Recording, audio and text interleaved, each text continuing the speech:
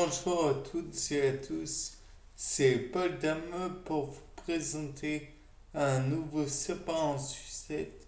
Et là, aujourd'hui, je me suis dit que peut-être pour être correctement reproduit, il existe des virus donc, qui font de l'endocytose afin de pénétrer dans la cellule. Donc, il y aurait des marqueurs spécifiques de la cellule qui pourraient forcer à ouvrir la cellule, à forcer l'endocytose. Et ensuite, dedans, et il pourrait aller directement au noyau, prendre un bout d'ADN ou carrément rester dans le cytoplasme. Ça existe des morceaux d'ADN comme ça, ou ARN, soit dit entre nous. Et puis, c'est une coupe l'extrémité de l'ADN ou de l'ARN qui pourrait être un fragment terminal et pourrait ensuite, en ayant fait, en ayant coupé proprement, dans le sens où ça ferait des morceaux francs, il pourrait s'intégrer dans l'ARN,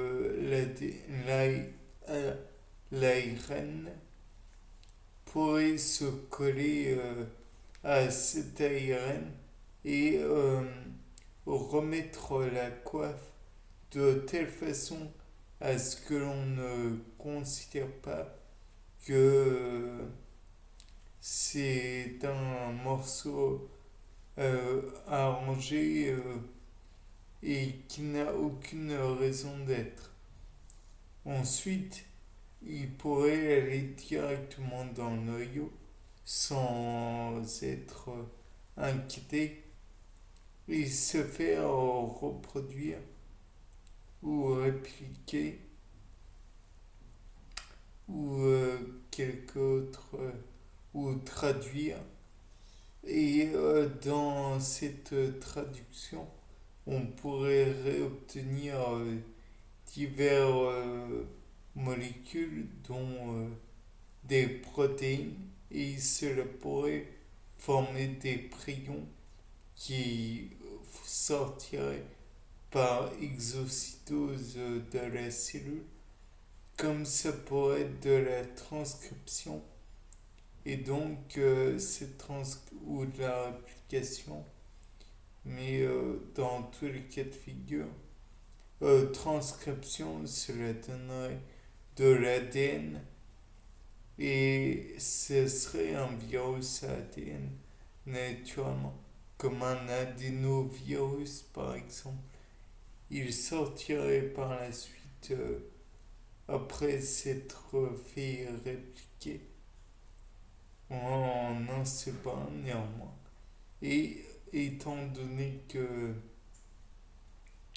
il n'y aurait qu'un seul brin, peut-être que d'autres nucléotides se fixeraient dessus par complémentarité, naturellement. Et par la suite, il formerait des, des membranes autour de lui, des membranes qui feraient éventuellement un noyau ou que sais-je encore. Et il pourrait ressortir par exocytose tout en ayant de quoi être protégé. Bien sûr, dans le cas où que je décris, ou peut-être que cet adénovirus formerait par la suite un genre de tumeur.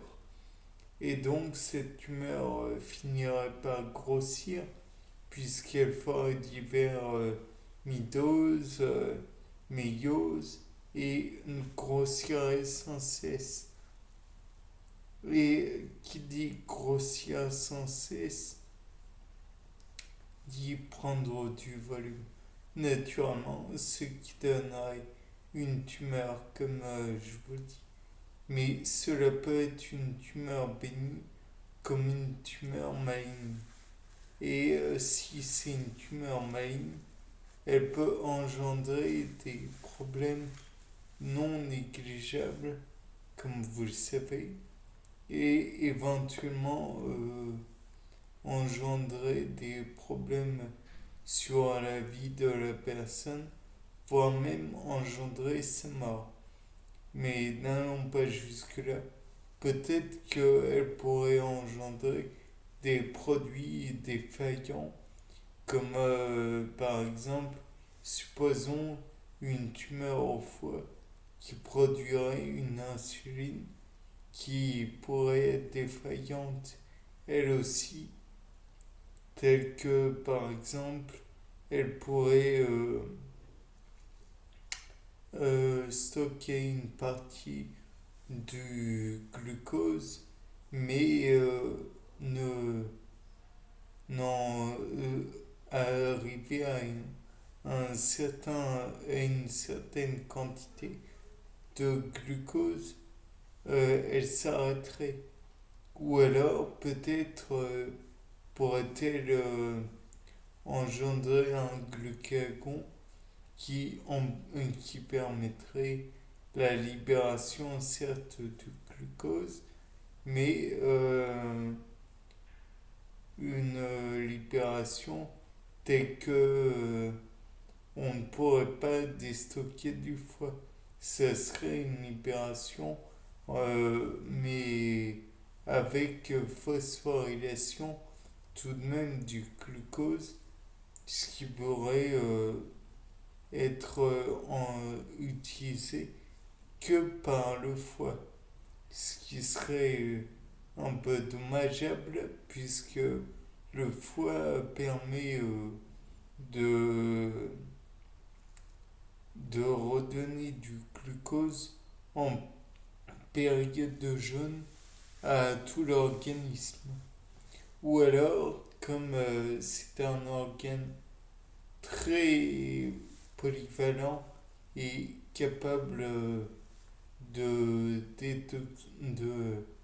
faire beaucoup de choses, j'imagine qu'elle est capable de, par exemple, détoxifier l'alcool pour en donner que du glucose.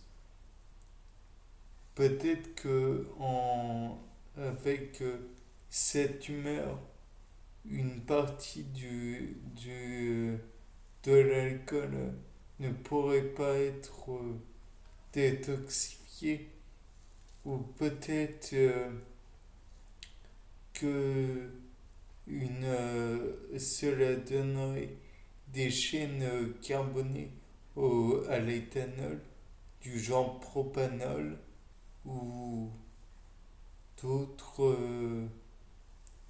ou du, comment ça s'appelle, méthode propute, du butanol, ou alors ça empêcherait de détoxifier correctement l'éthanol et donnerait de l'acétaldéhyde, ce qui serait terriblement toxique pour le corps tout entier. Bien, c'était Paul Dame pour un nouveau sapin en sucette. Au revoir.